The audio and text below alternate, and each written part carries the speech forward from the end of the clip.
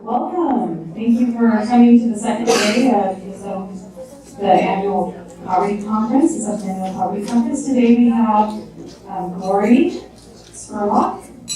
And Glory has an intense passion for budgeting and sharing its benefits with others. So she has actually never carried a credit card balance and no loans except for a mortgage. She also holds a bachelor's degree in business management and has worked with budgets in nonprofit groups for over a decade. And she also serves on the board of trustees for Treehouse Children's Museum in Ogden. So Glory created Designing Your Money Mansion as a public service to help others learn how to take control of their financial world. It's fun, sassy, and detailed. So here's Glory, and enjoy the workshop. Thank you. Good morning, everybody, and welcome. I am excited to be here to share this information with you today. We are going to be talking about how to help families make smart choices with their money when using a budget. We're going to do this via a website that I created called Designing Your Money Mansion. It's up here. You're welcome to pop on and follow if you have your device with you. Internet instructions are back there. But what is a money mansion exactly? It really is just a different way of looking at your financial future, your financial house, maybe a good term. And I really like to just call it your money mansion, which is way more exciting than talking about your financial house. So it's just kind of a fun way to look at that concept. Now, the word design indicates that you get a choice. You get to choose how your money is going to work for you. It doesn't just have to happen to you like it does to so many people. So Designing Your Money Mansion is learning to make smart choices with your money. And I have created a 30-day budget builder challenge to learn how to create a budget. So we're going to go through that whole process today, and we're going to walk through all 30 of those days. But first I wanted to address how budgeting may look for people in poverty, because it's a little bit different in that type of situation. So there are ultimately 4 goals to budgeting. And the first one is to learn to make smart choices with your money. If you don't know how to manage your money, you will never have money.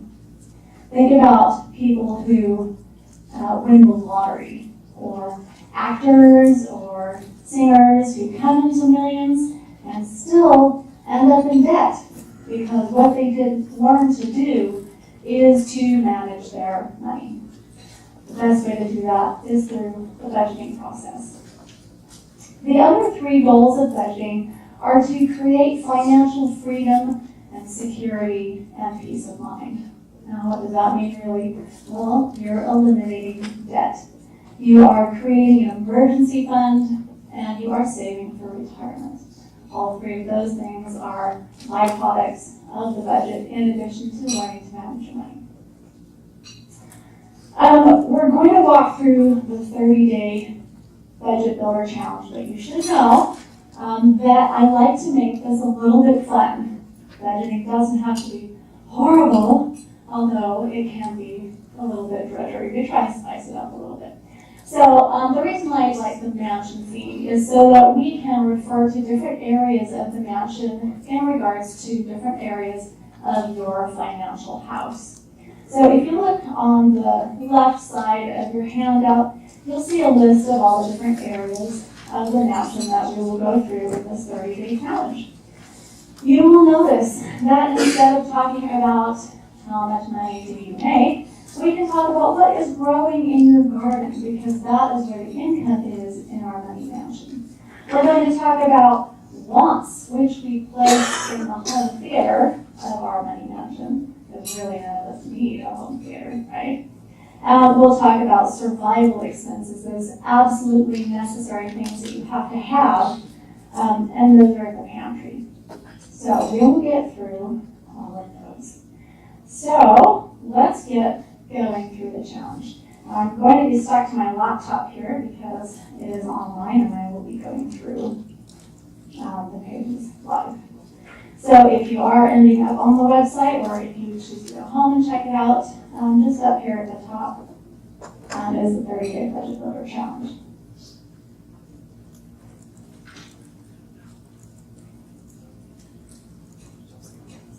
Okay, and listed on the right side are all of the days. Now, you definitely can go through more than one day at a time if you are feeling ambitious. But I do really try and make sure that this is a very thorough approach to creating a budget, because there's nothing worse than saying, yes, I'm going to do a budget, and you throw some things together, and suddenly you forgot about this, and you forgot about that, and you throw up your hands and say, forget. So it's going to be very thorough, but I try and make it a little bit funny. And you may have noticed the music when you came in, if you're listening to that. Those are some playlists that I created on YouTube called Money Music. Songs about money, you guessed it. So some fun things to listen to while you're doing your budgeting tasks there. I also created some videos. I'm going to be doing some more. I'm going to show you one really fast. They're on YouTube. This one is 19 seconds long. It really just kind of sums up the whole budgeting process. Okay. Step 2, how to manage your money in 2 steps. Step 1, make money. Thank you. Step 2, save money. Yeah. That's it. Really, that's the whole key right there. It's avoiding all of those things that you shouldn't be spending your money on. Okay, back to the challenge. In day 1, we do not really talk about budgeting yet, because you need to do some thinking first.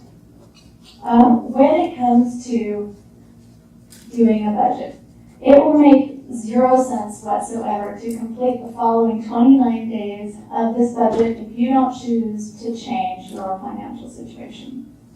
If you don't commit to making those differences in your budget, then you're going to waste your time. So day 1 is, let's take a look at your current financial picture. Let's go over some statistics really quick to like the title says, bring it home. Did you know that nearly 1 in 5 Americans have nothing set aside to cover an unexpected emergency? This means that the alternator goes out on your car, you can't fix it. This means that your kid ends up in the ER, you've been there a couple of times, you can't pay for it. $0 set aside to fund those emergencies. And 1 in 3 don't even have at least $500 for emergencies. This is how people end up in those catastrophic situations where they don't have the money reserved to cover the things that happen in life. It's the same with retirement. Not only do you want to save for emergencies, but you need to save for your future too. And the mean savings currently for people in retirement between the ages of 32 and 61 for when they retire is only $5,000. How far is $5,000 going to get you when you retire? We're feeling those things right now and realizing the impact of our financial situation. Oh, look, money didn't put in this. Okay. What you're going to be doing, in addition to really thinking on this day, is you're going to be coming up with some general numbers for your budget or for whomever you're helping and supporting. Your total yearly household income, whether it's a single income, multiple incomes, you want those numbers. Amount of debt owed. This can be scary. When you really stop to add up the numbers between auto loans, credit cards, medical debts, all of that stuff, it can really add up. The amount you owe on your mortgage, and then the amounts that you have saved, your emergency fund, retirement, college, all of that stuff. And your purpose here is to look at those numbers and say, are these numbers where I want them to be? Do these make sense for me? And are they going to take me where I want to go in my financial future? Now here comes the choice part. If you say yes, I am perfectly happy where I am, I have what I need, I'm good to go, then you do not need to continue further. If you're not happy with those numbers, then that's when you need to move forward and say, okay, let's look and see what we can do. That's day one. Day two is where we talk about the blueprint of your money mansion. And that, of course, is the budget. We mentioned already financial freedom, security, and peace of mind. Those are listed here as benefits. Ultimately, what we're doing on day two is we are talking about what method you want to use to create that budget. Are you a pencil and paper kind of guy? Do you really like to have apps? Are you into Excel? Whatever the case may be, this is where you need to choose what you identify with. Because if you pick the thing you're not going to do, guess what? You're not going to do it. So we don't want to be there. So we're taking this day to explore the different options. And there are lots of them. I've listed some of them here, but there are new apps. There are things that you pay for, things that are free. You determine your needs. And this is just addressing the budget part of it. We'll talk about transactions and questions. I'm just thinking about couples. Is this designed to be individual or is this couple-based focus? And what do you do if, like, for example, I'm a spreadsheet person, but my wife is not? Yes. Do you have some tips on how to, on this day two? Yes. If you are a couple and you share money, then you should be doing this together. There should be a common front that you present to your financial world that says this, we're on the same page, we're sharing money, and this is what we're doing together. So yes, it's combined household incomes on this. One second. And then Excel. I would really recommend having one person kind of in charge of this. I don't know if anybody follows or listens to Dave Ramsey, but he talks about having a nerd in the couple. You know, one of you that's really into this kind of thing, like, you know, I am. So have a nerd, and that'll make things go a little bit easier because then there's not too many cooks in the kitchen, but what you want to do is you want to meet on a regular basis to discuss those things and make those decisions together. Okay? Yes? Another question somewhere? It's obviously difficult, but what do you do if you have a couple that separates their money and they're still trying to budget? Recommend not doing that. Yeah. Putting it together, because if you're a couple, you're sharing all of life's experiences, and so I would work through that. And sometimes, really, it's a matter of, and this is kind of might make you uncomfortable with this word, but counseling. You know, you want to find someone to help talk you through feeling comfortable with sharing that part of your lives together, then that's an absolutely okay alternative until you get to that point to work it through. Okay. So day two, you're finding this method that you want to use. Day three is when the rubber meets the road. So here, we're in the garden. Garden's a fun place. We get to grow things. And we're growing your income here. So this is where we want to have all of the income that you receive and are going to spend in any fashion needs to be taken into account here. Now, if you would like, if you have these numbers for yourselves off the top of your head, feel free to start this now. Start making some notes. But we're talking about not only your salaries, but any 1099 income that you make as a contractor, income from selling things, anybody do eBay, side jobs, child support, alimony, welfare, whatever income that you make, whatever money comes in, whether you call it income or not, should be put here because it's money that you're then going to spend and you want to decide where you're going to spend that. So, day three is pretty short. That may take a little research. Day four is where we're talking about the safe. Now, I recommend that everyone have a place to put their account information in a safe place. Whether this means writing it down on a piece of paper and locking it in your actual safe, that's great. There are some apps and websites and things that have lockable pages on them. You can put a password so nobody can access that information. But really, how many passwords do we have? Like, I have dozens of them, and I cannot keep them straight without keeping track of them. This is a process where you really want to be able to find that information when you need it. So if you need to go on to the website for your utility provider, you want to be able to have that information on hand. If you need to get into your bank account, good to know how to do that when you want to. So I give some ideas, some suggestions, things that I actually use, and then obviously there's going to be a million other things. So take this time to think about how you want to keep all this information together. And then if you don't already have online access to your accounts and you would like to create that, now is a good time to do that. So if you don't have online access to your cable provider, and it would be handy for you to have that, take some time and set those things up now. Find out what your logins and passwords are, and put those in your safe. All right, next we are going to start on expenses, and it is a very, very long list. Most of the rest of the 30 days are expenses, but not all of the expenses are important. So what we're doing, we're starting with the most important expenses in your life. These are the things that if you don't pay for anything else, at least you will have a place to live, food to eat, a vehicle to get to your job, and utilities to help keep you alive and healthy.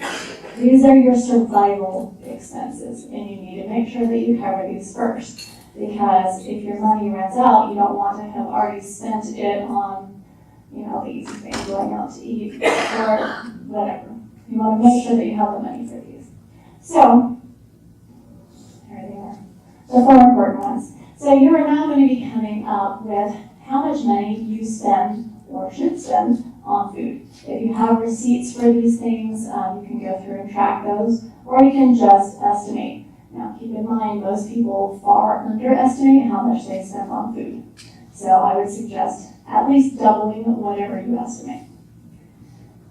Electricity, gas, and water. Those are the primary utilities that are considered survival expenses because you need to have electricity to make sure you stay warm or cool and healthy. You don't want to get hypothermia or heat stroke because you didn't choose to pay the electric bill.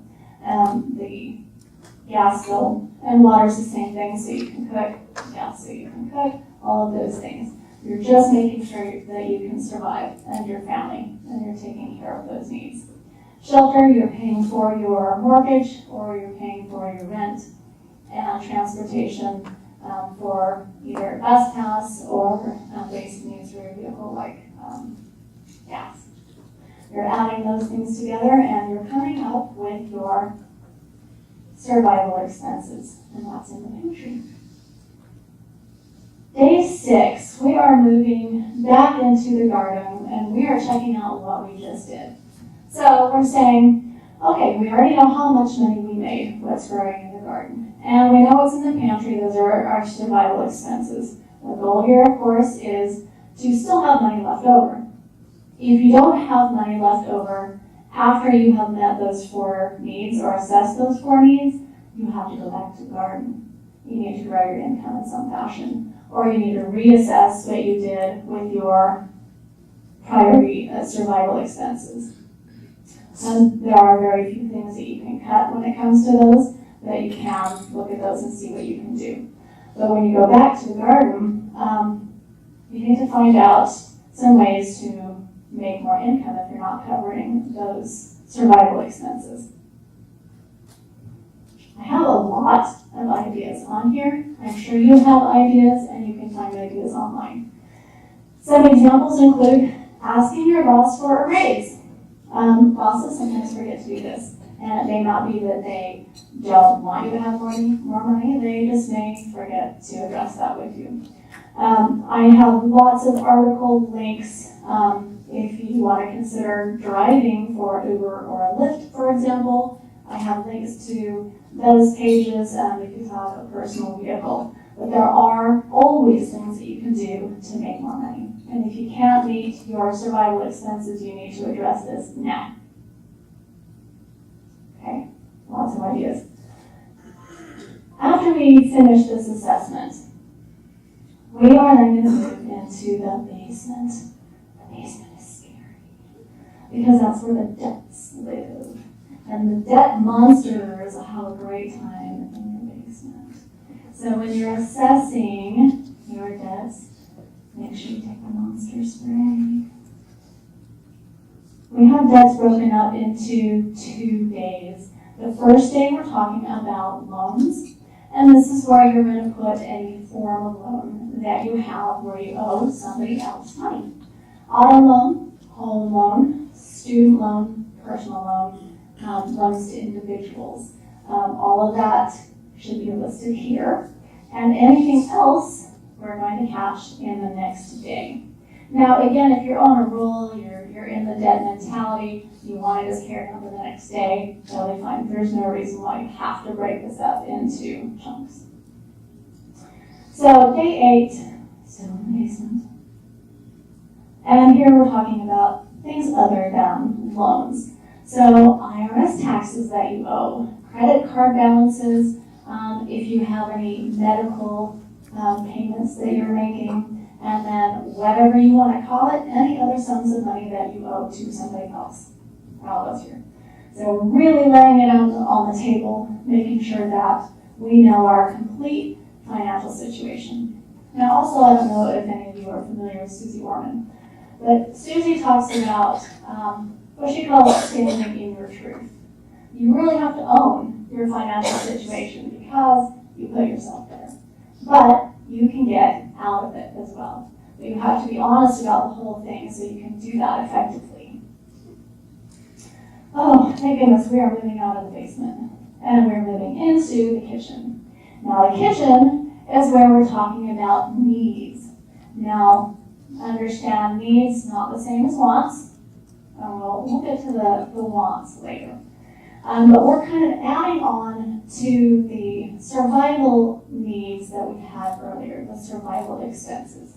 So when we're talking about transportation needs, we're adding on to gas from our previous section. And we're putting on, any additional fuel expenses that we might need for long trips, maintenance charges, registration for your vehicle, obviously important, because if it gets taken away, then you can't drive it anymore.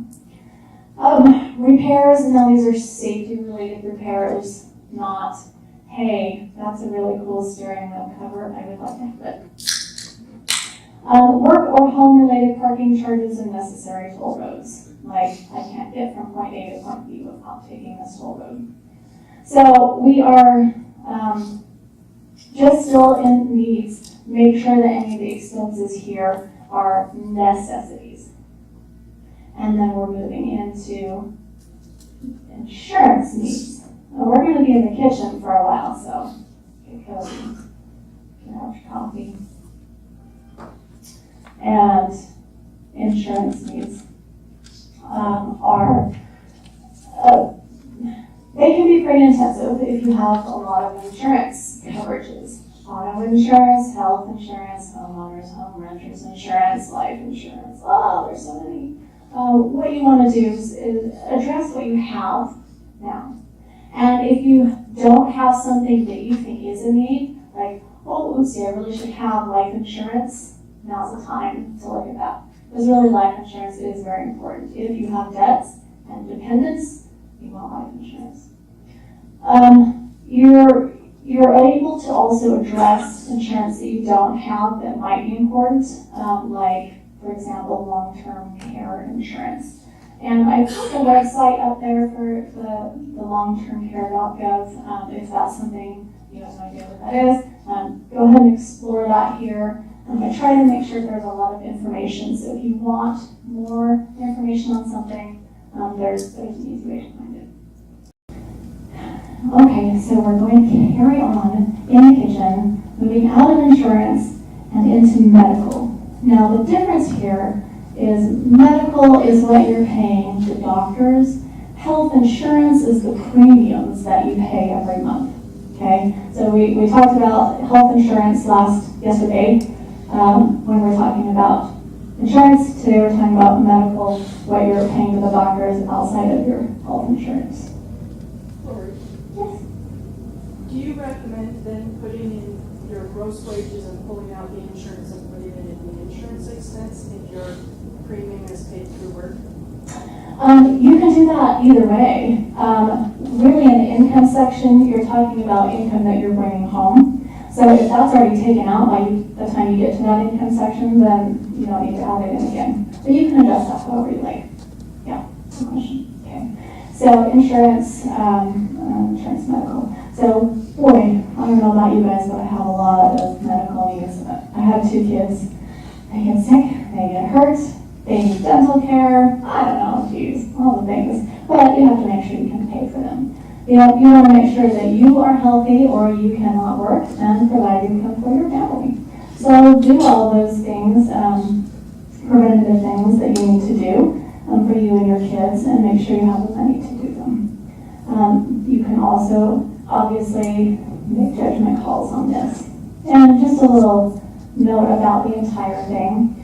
You can make judgment calls on anything in this budget challenge. If it does not make sense for you, your family, and your personal situation, then by all means don't do it.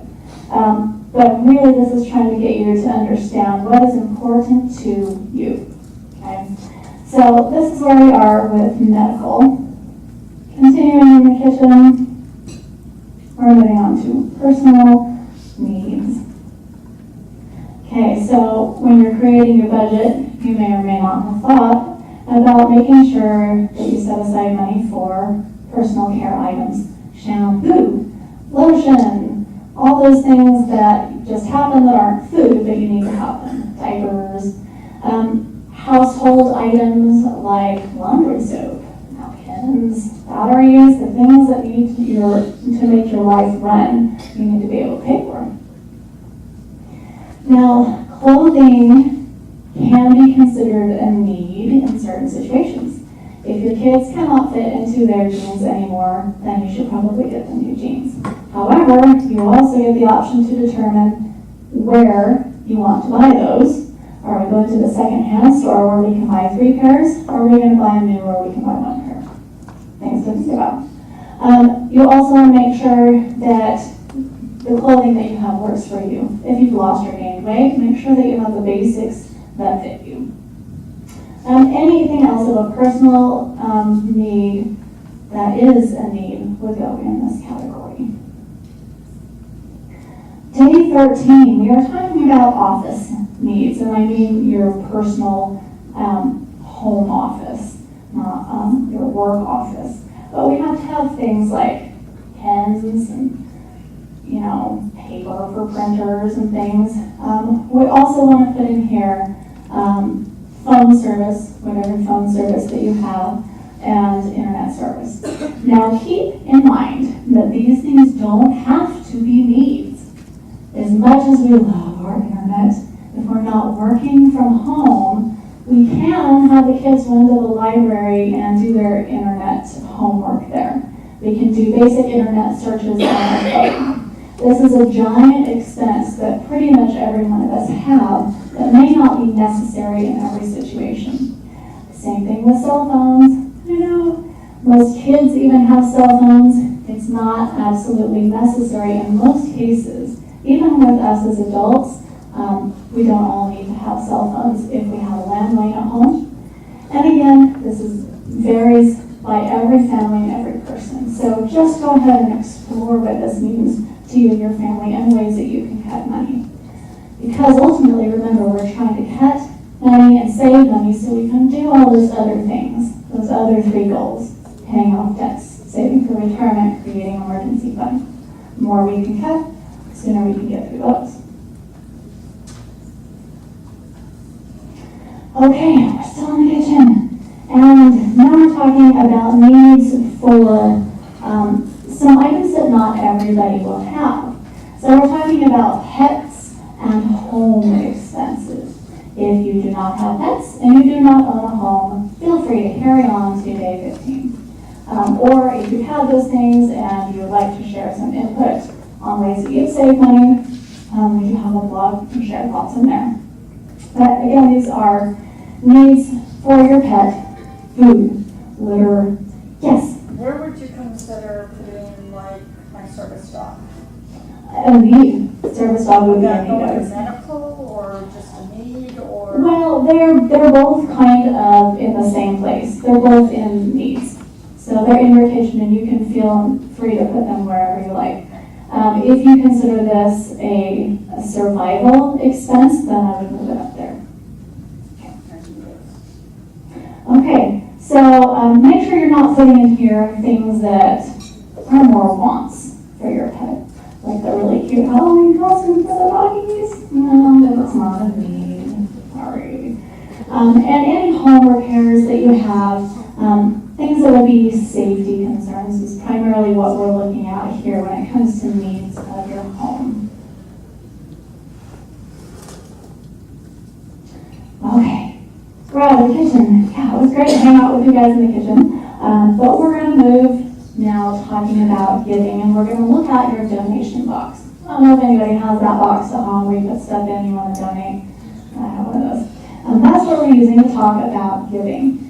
I am a firm believer that giving is a very important part of a budget because and you may look at it from a religious sense. If you're familiar with tithing, that may be important to you in that regard. But it is important, I think, as a human being, to share our wealth with other people and help support others. And with you guys being in the business that you are, I'm sure you understand the importance of helping other people. You're going to decide how much money you can put into this budget. If you can do a full 10%, if you can do more than 10%, that's really fabulous. If you want to give but you can't afford that much, then you're going to start smaller. Maybe start at 2%, and then you can move your way up. Maybe next year try 3% and see how that works for you. But take a look at how that aligns with you, how giving aligns. Honestly, giving is number 2 in my budget. I pay for my IRA first, and then giving, and then everything else. But really, again, this is a personal area for everybody. All right, now we are going back to do some comparisons. We have made it through all of our needs. If you find that you have something else that is a need that we have not covered, you want to make sure you add it. And then we're assessing again. We're back to the garden, we're remembering how much income we had. Now we're saying, okay, we had our survival expenses, we have our needs. Those are together called priority expenses. Do we still have money left over after we have budgeted for our priority expenses? I really hope so, because then we can get into the fun stuff. If you don't have money left over after this, revisit income again and figure out how you can add to that, as well as going back to your expenses and cutting more of those. Now you notice that we haven't gotten into anything fun yet. So if you're paying for going out to movies, if you are going out to eat, if you're doing any of those fun things where you can't pay for your needs, then you should reevaluate that. Because I assume you're not intending to not be able to pay for your electric bill or to pay for diapers for your kids. But ultimately, that's what's going to happen. If you don't have the money to cover those, then you can't take money to spend it on other things. So we're reevaluating, we're determining how we can make more money if necessary, and make further cuts into our needs. And then we get to start on wants. So by this point, you should have money left over.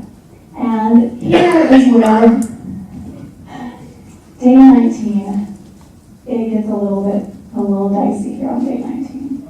Because we're talking about wants, we're in the home theater, but we're addressing gifts and holidays here.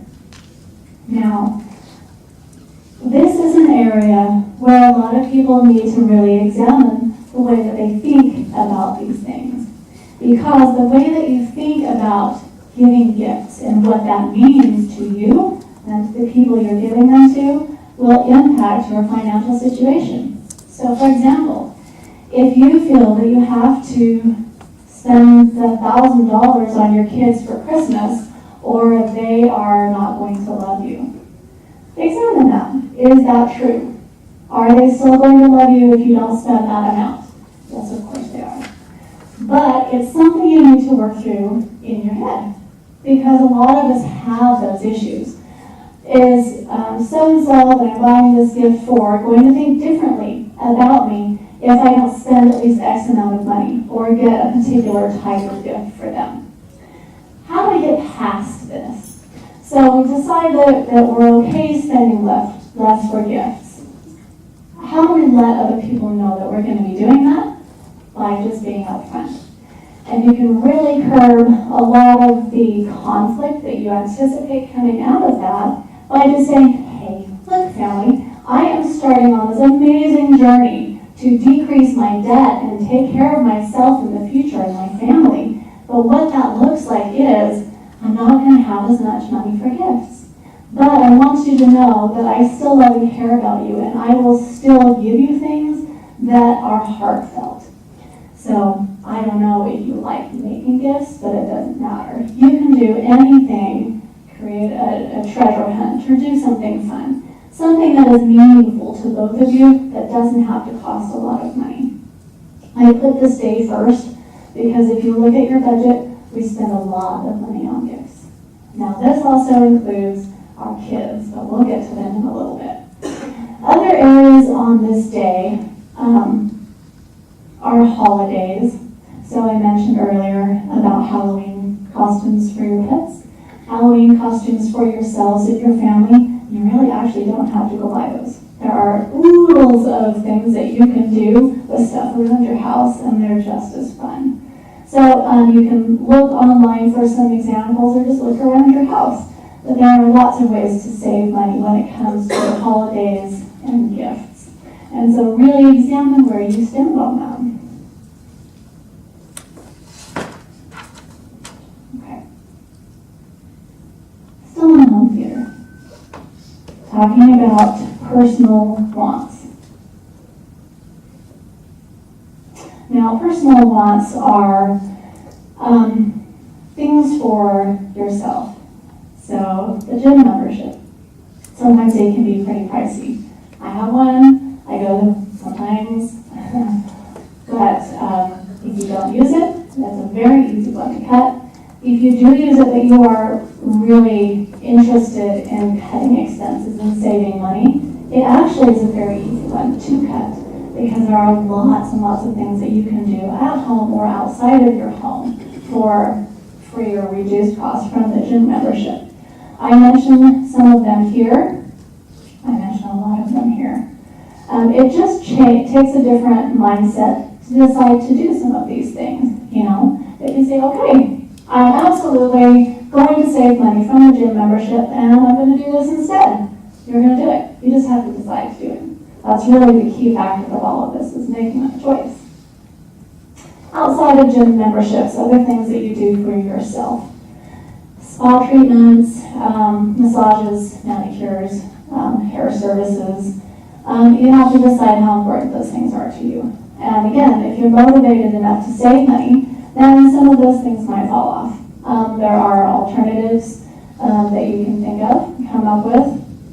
And, you know, let me just say too that things like massage services and stuff can be needs based on your personal situation. But if you do it for relaxation, that is something that is a very big expense that you can choose to cut.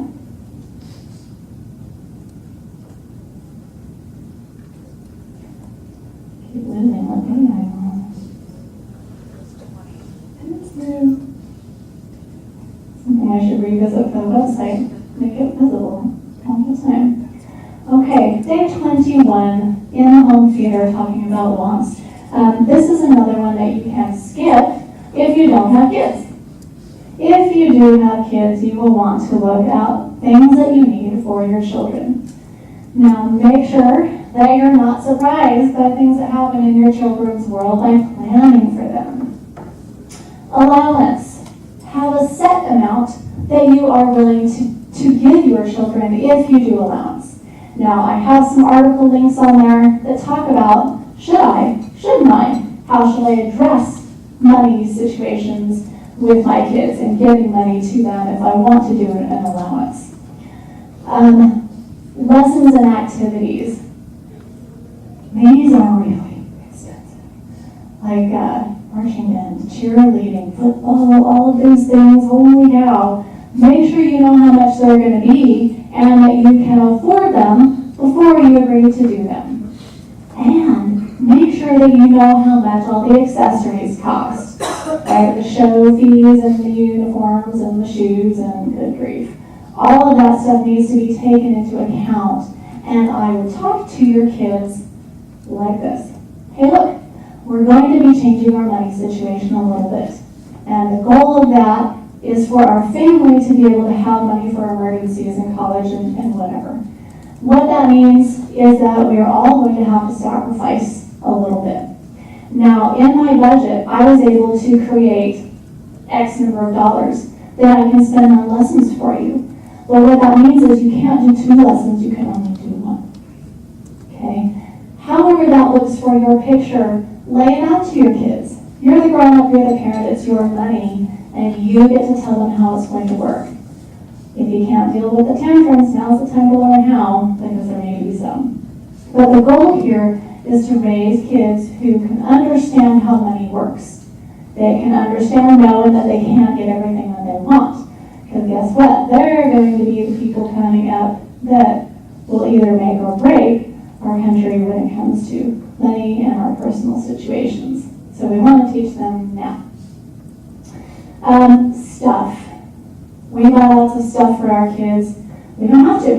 We don't have to. There's no requirement that says we have to buy our kids what they want in the store because they asked for it, or because they whined for it, or because they threw a tantrum, or whatever the case is. Again, you can choose how much you're willing, if you're willing to spend money. And in my personal household, I don't. The only things that I buy for my kids by way of gifts is birthdays and, holidays kinds of stuff. But if they ask for something, I usually say no. Sorry, it's not in the budget. And that's all you have to say.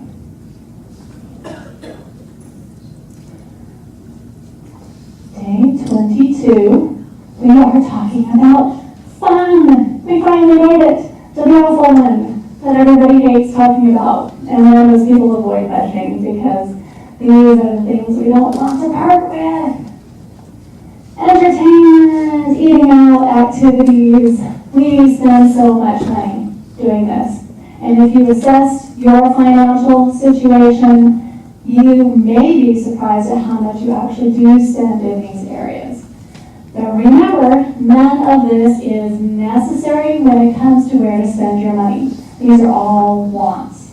So instead of maybe going out to the movie, the opening night, in the big theater with 3D glasses and thing, and spending $10, $12 a person or more, wait till the movie comes out in Redbox and watch it at home, and you'll save 40 times the amount of money.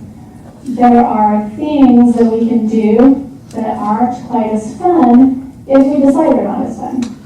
But if we change the way that we look about them, then we can have just as much fun. There is free fun to be had everywhere if you're willing to deal with crowds sometimes, but if you're willing to look. Go online and access one of those free calendars on the PBS channel sites and whatnot. KSL, anywhere has activities that are publicized that are free. And we can get creative too.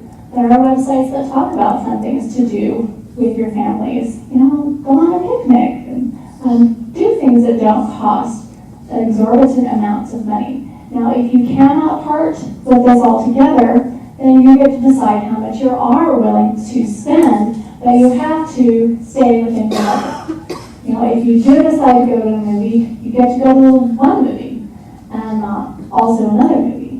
Whatever you decide. But this is a very easy way to cut money, but again, mentally very hard to stomach sometimes. So you just have to make that mental shift. TV. Who has big cable packages and satellite? They can get really expensive. If your goal is entertainment, then look at Netflix or Hulu. Those are $8 a month.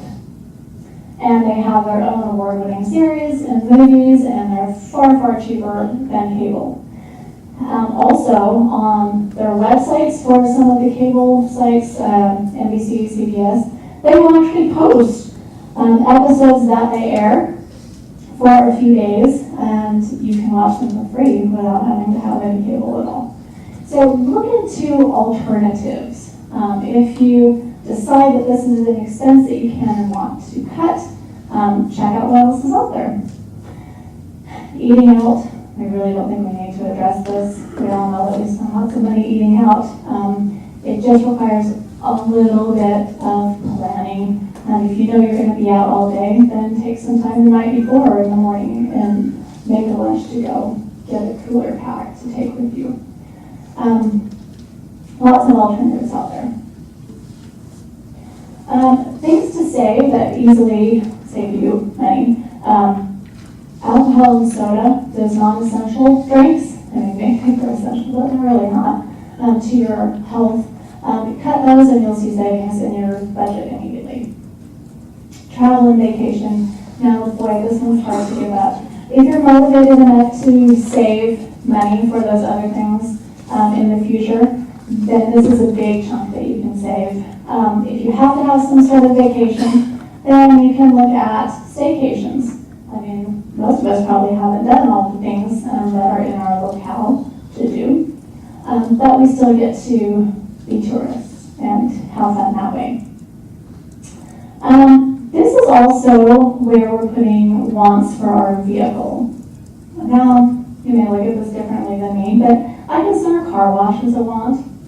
They're not a need, for the most part. You can put them in here, or you can choose to save money by not doing that part. Any other things like we may have talked about a little bit earlier that we'll steering wheel to cover. Those things are wants, and if you want to budget for them, then you can add them here. Your home, decorating and things like that are definitely wants, and they can be cut to reduce money. So look and see where you spend money in that area and where you would like to cut that. Okay, we have finished all of our expenses by this point. So if there is something that we have not addressed, make sure you put it in whichever category it fits in for you. Whether it's a survival expense, whether it's a need, whether it's a want. Make sure you do that. Because now we get to see how much money we have left over. At this point, what we're going to do is take the difference between the income and the expenses. Okay, two hands here. The income and the expenses. Okay, this amount here is what we're going to use for those other things that we talked about, those 3 goals of budgeting. So creating your emergency fund, getting out of debt, and your retirement savings, and then all the other stuff, college, mortgage, those things. This is the amount of money that we have to work with. So what we're going to do is we are going to apply it to these savings activities. So the more that you cut out of your budget and the more money that you can make, the more money that you will have to put into these savings. Now, the most important thing to save for is your emergency fund, because you want to make sure you get out of the cycle of putting yourself into debt when things happen to you. So you're going to be saving your money to create this emergency fund. You can do it one of 2 ways. You can create a beginning fund of $500 to $1,000 and then move into paying off your debts and then continue creating the rest of your emergency fund, or you can do the full thing up front. So let me tell you what those numbers look like. It really is a good idea to have between, and this is a wide range, 3 and 8 months of your priority expenses in an emergency fund. So those are your needs and your survival expenses. That number times 3 to 8, it can be a big number. Now the difference between 3 and 8 is if you are a single income household and if you have a job that would be difficult to replace because of your skills or lack of them or whatever the case may be, then you want to shoot for that 8 months because it's going to be essential that you have income, funds to replace your income if you lose your job. And if you have a hard time getting another one, you want to make sure you have enough to last you for a few months.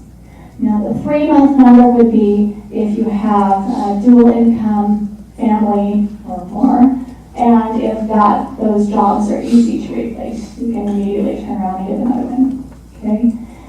If you don't think that you want to save the entire 3 to 8 months first, then you can just save that beginner emergency fund of $500 to $1,000 and then take that money that you are applying there and move it into paying off your debts, or you can create that full thing at once.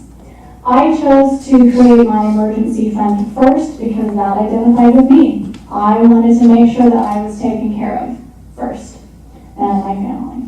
This is a personal decision, up to you. And you can run numbers, feel feelings, whatever you want to do to determine that for yourself. But once you decide on that, you're going to move into paying off your debt. And since we're a house thing, we're going to demo that debt. All right, let's get ready to evict those debt monsters. Yeah! They are really, really hungry, guys. And the amount that you are paying in interest is really sinking you. The thing that you put on your credit card, did you realize you were going to be paying multiple times the amount of money for it than you thought you were? That's what's happening with credit cards and loans and all of those things that charge interest rates.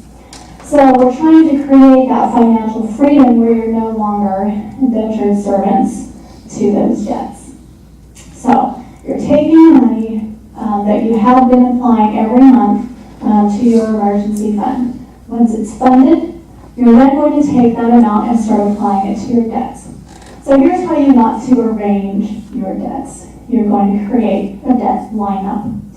Now, this is again a personal decision, but you can choose whether you want to arrange them by interest rate, highest interest rate to lowest interest rate, not including mortgage here. Or you can choose to do it by amount of the loan. So smallest to the largest. Now the difference here is, if you pay them off by highest interest rate first, you are going to save a little bit more money. It's not exorbitant, so really this is just a what feels good to you process. The other one is, if you are ready to get that win, like, yes, I paid one off, then you want to do the smallest loan first, so you get that win sooner, and then move through those. So this is how it looks. Your rollover amount that you have been applying to your emergency fund, you're going to add that to the minimum payment that you're paying on your number one loan, however you chose to arrange those. Keep paying the minimum payments on all of your other loans. Don't stop paying them because bad news, right? So we're going to add the rollover amount to top loan number one and attack that until it is paid off. Then we're going to take that rollover amount plus the amount that was the minimum payment on that, and now it's an even bigger number. We're going to add that to the second loan. And we are going to keep attacking these loans until they're all paid off and you are financially free at that point. And boy, does it feel good. After you have done that, you'll either go back, finish your emergency fund if you didn't do your complete 3 to 8 months, or move on to your next savings area.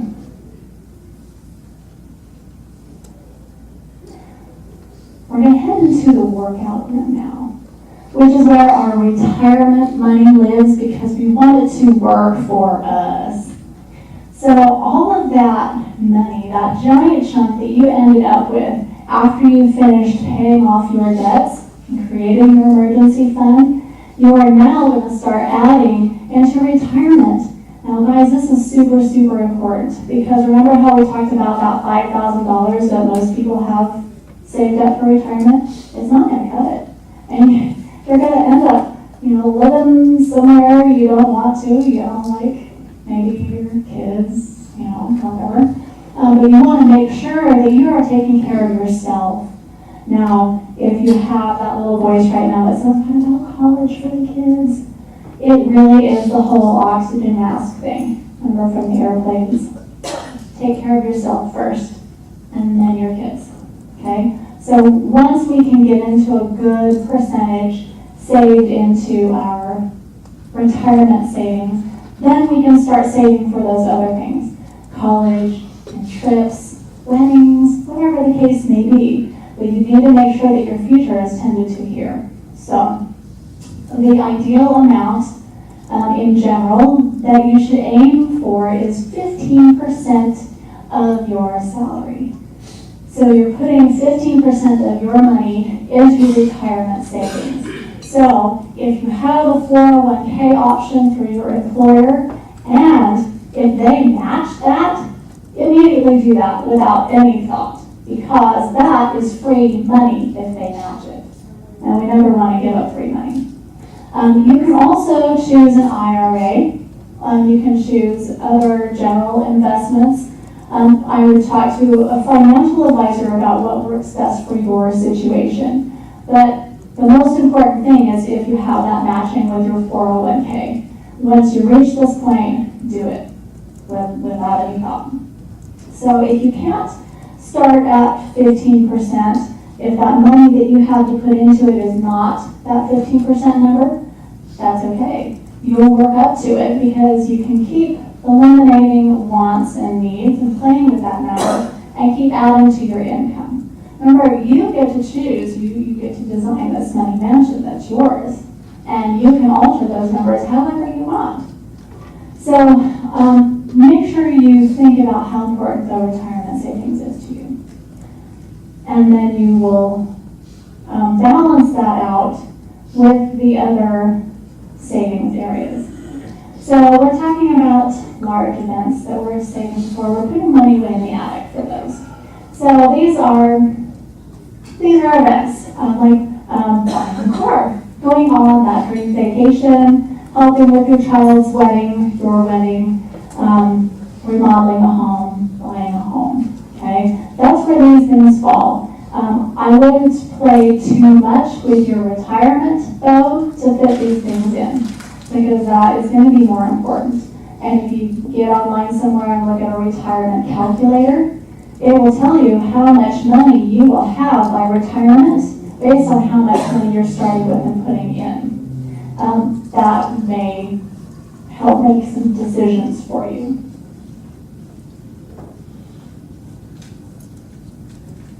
Day 27. We're talking about saving for college in the library, of course, and paying off your mortgage, which is your roof. Now here is really where you get to make that balance between paying off your mortgage and saving for these other things, saving for college, saving for the events. Generally our mortgage rates are pretty low. We don't get charged as much interest rate, but really we get a very large chunk of money of what we pay is just interest. So the sooner that we can pay that off, the more money we will have in the future, just like anything with an interest rate. I would suggest to you, even if you don't take that whole lump sum of money after you demolish your other debts and put it into this, that you at least try and add an additional payment every year. Make sure it's applied strictly toward the principal, and that will help bring it down faster. You can also refinance into a 15-year mortgage versus a 30 that most of us have, and that will help those numbers as well. But you'll need to balance that with the other things you want to save your money for.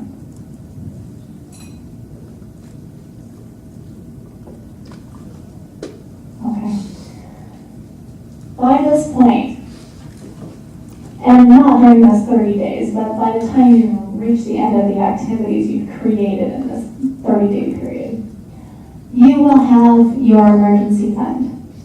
You will have that financial security there. You will pay off your debts and you'll have that financial freedom, and you will be saving for retirement, and you will be so glad to have that peace of mind and security and freedom to back you up. Now, this process, if you have not done it before or you've been resisting it, can be challenging. And it is okay to ask for people to support you. It's okay to tell your friends, look, hey, I'm doing this thing, I'm saving money, and I would sure love if, once a week, we could bring our lunches and eat in the lunchroom, and, instead of going out to lunch every week, or whatever the case may be. But you can ask for support in whatever way you need it. And don't be afraid to do that, because it will help you and it will help them too. Maybe you will find some cohorts to join you in this adventure, and you can do it together. But the most important people to enlist are your spouses or significant others. You have to be in this together, and your family, because that's where most of your expenses are made. So make sure that you find the support that you need. Now, I mentioned once before, I do have a blog on this website. There is a link from the pages to the blog where you can go directly there. If you need help, somebody talk me down. Put it in there, and somebody will talk you down. And I will be there for you. If you need assistance, find it. Don't just say, no, that's not going to work, and give up. Because you don't want to give up. This is too important. Now, when it comes to the people that you are supporting in your roles as professionals, you can be that support person for them. And don't worry if you don't know what to say. Your job is to be supportive.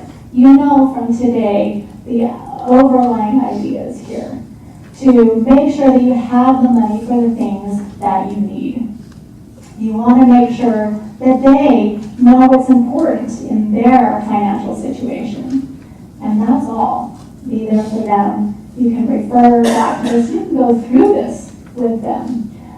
Each of you should have my card. You are more than welcome to call or email me at any time and ask for clarifications. If it would be helpful at your workplace, I would love to come and talk to people about saving money. The most important part that I mentioned earlier about getting this information out is making sure the kids know how money works. Now, you can do this. You can talk to your kids. You should talk to your kids, no matter how old they are. You can talk to the children of the families that you are supporting, because if you don't, maybe no one will. We want them to have the information to change their future when it comes to money. And you can be that person for them. The final area after the toolkit is to track your expenses. Now, recognize here that you are the foundation of your money mansion.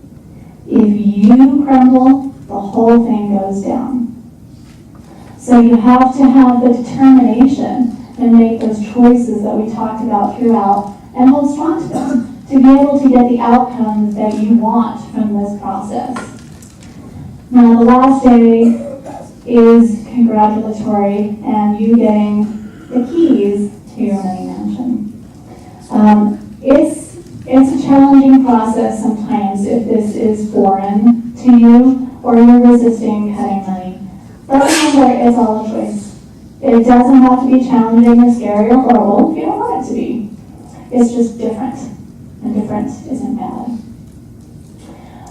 What we're going to do for the next few minutes, I'm happy to take any more questions, but I'd like for you, if you don't mind, to fill out the surveys. If you didn't get one, then we can bring some to you.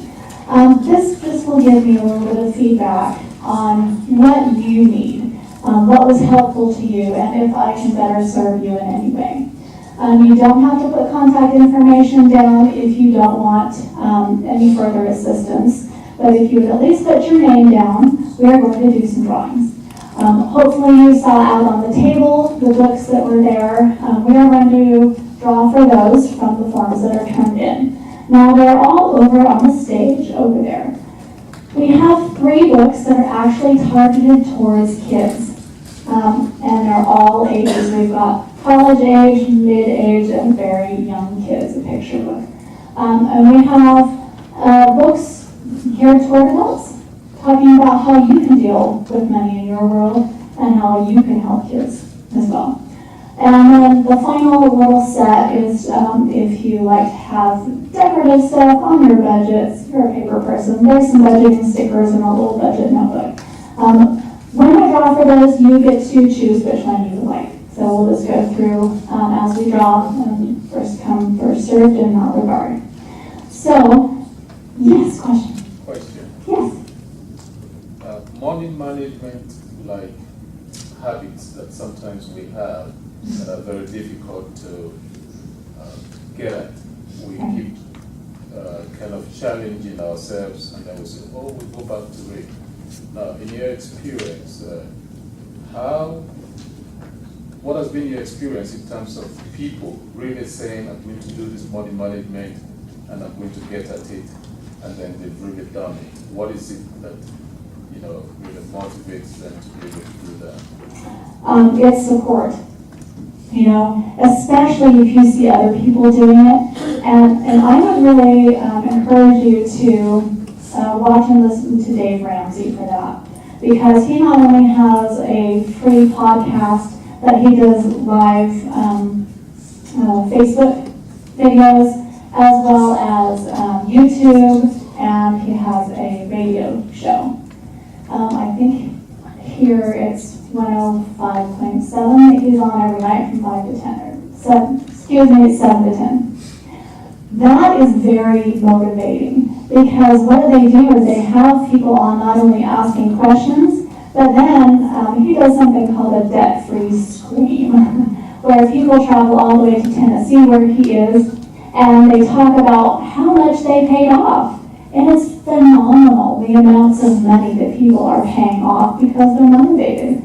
And how long it took them, now, understand, this shouldn't be shocking news to you, but this will take a while. This is not a quick process to pay off your debts and create your retirement savings and emergency fund. This may take 1, 2, 3 years, depending on your income.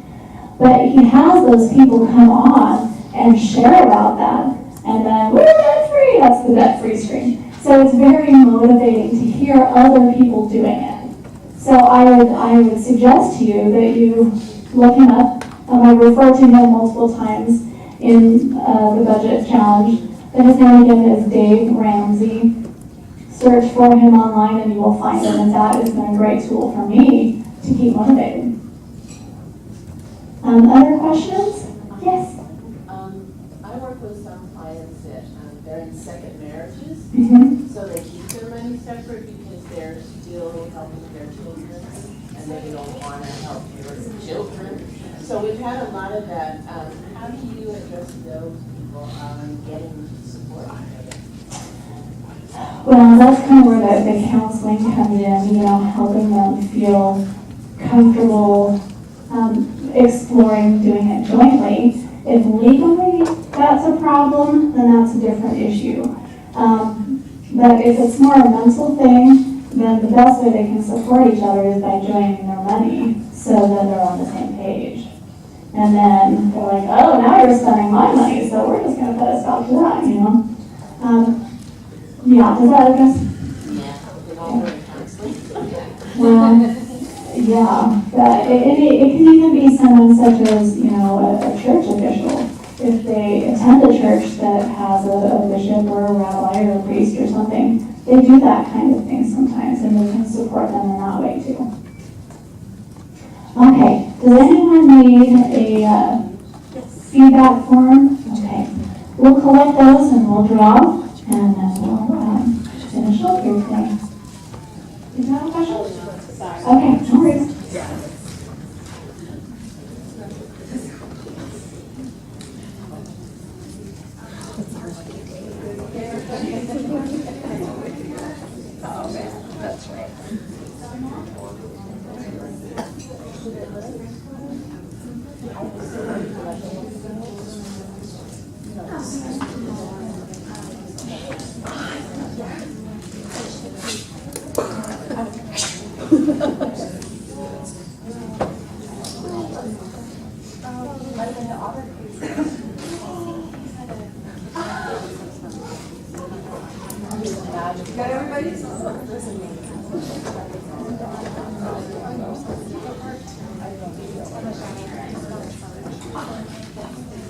Sometimes rice works, but who has a bag of rice this way?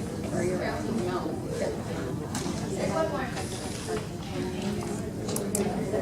Okay, I heard you. I'm waiting. Thank you.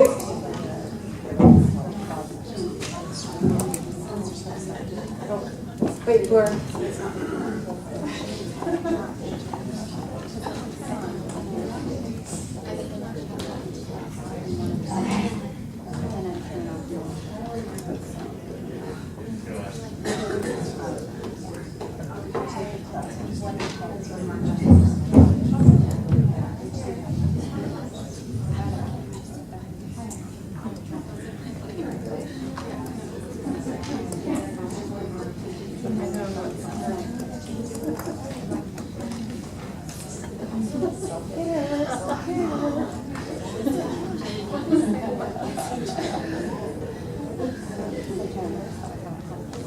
Anybody touching it? I'm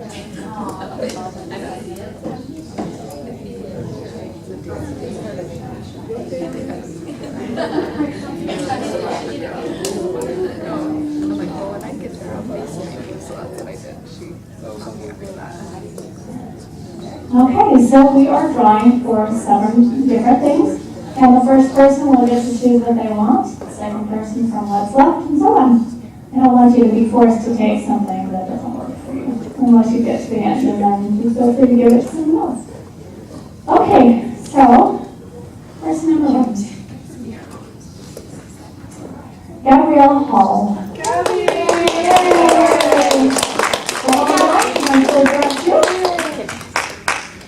And next we have Mary.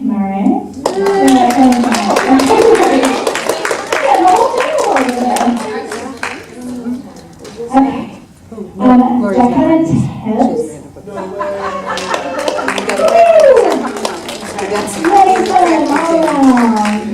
Stickers and that kind of thing. Okay. Tony. Timbuktu. Oh, you better say that again. We'd love to. I did not get that one at all.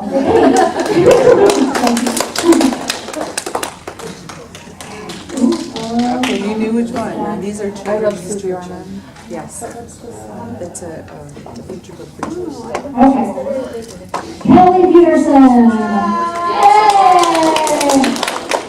Next time you take a time here. There's somebody coming right here to pick another one. Okay, we should have 2 left. Will we have 2 left after this one? This is the picture book. Making sure. And this one, this is, Yeah? Okay. absolutely. Okay. It's got all kinds of. So Kimmy, There's even online stuff 2. in there. No. Okay. That's good? Is that I'm not even gonna attempt it, but you know. Yeah, I think I'll take this one. You won twice? All right. Boy. Or Robert. They don't have to make a decision. Okay. Good. Liz Marie Santiago. More my writing.